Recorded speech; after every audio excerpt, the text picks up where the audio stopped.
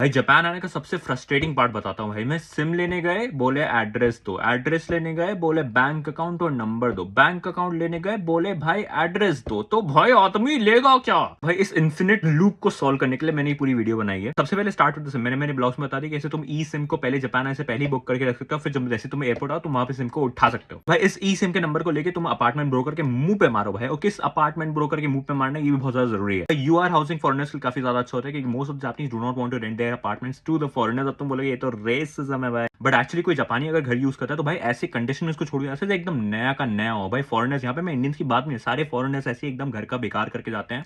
And I think सिर्फ German ही है जो घर को अच्छा छोड़ के जाते हैं भाई। तो भाई फॉरेनर्स के लिए अच्छी वाली एजेंसी की मैंने पूरी लिस्ट बना दी, वो चेकआउट कर लेना बाद में। अब भाई क्या क्या इनिशियल कॉस्ट इन्वॉल्व होते हैं वो भी मैं तुमको बताता हूँ भाई। तुम्हारे एक महीने का जो रेंट है उतना ही तुम्हें सिक्योरिटी डिपॉजिट में देना पड़ता है, उतना तुम्हें की मनी में देना पड़ता है, which is like thank you money type का। उतना ही तुम्हारा एजेंसी फीस लेगा, और उतना ही मनी तुम्हें एक महीने का रेंट पहले से पे करना पड़ता है। फिर 10K INR तुम्हें लॉक एक्सचेंज में लगाना पड़ता है, 10K INR तुम्हें इंश्योरेंस में लगाना पड़ता है, और 10K INR गारंटर में लगाना पड़ता है, बिकॉज तुम्हारे को कोई जापानी गारंटी नहीं करेगा। अब भाई इसमें मैं तुम्हें टिप्स देता हूँ तुम कैसे और पैसे बचा सकते हो। फाइंड एन अपार्टमेंट में की मनी इन्वॉल्व ना भाई, मैं नहीं देता थैंक यू मनी, मैं तो ऑलरेडी तो पैसे तो भर में गया तेरा थैंक यू भाई। एंड तुम अपनी एजेंसी फीस को भी हाफ कर सकते हो। रो दो से हमने भाई मेरे पास पैसे नहीं, मेरे पास कुछ भी नहीं है टाइप का, तो तुम्हारी अपनी एजेंसी फी जो है वो हाफ कर देते हैं। यहाँ पे तुमने पैसे बचा लिए। रेंटिंग का रूल ये है कि तुम्हें ऐसा अपार्टमेंट देखना है इसका रेंट तुम्हारी सैलरी के 30% से कम हो, और भाई जो भी डॉक्यूमेंट जरूरी है वो तुम्हें यहाँ पे मिल जाएगी। और भाई तुम्हें एक और चीज की जरूरत होगी, तुम्हें स्टैम्प भाई, तुम्हारे नाम का स्टैम्प, जो कि काताकाना में होगा भाई। मेरा नाम आकाश है पर आकाशी हो जाता है भाई, तो तुम भी अपना नाम एक बार चैट जीपीटी से बना के देखो और मुझे कमेंट में बताओ कि तुम्हारा नाम क्या बनता है।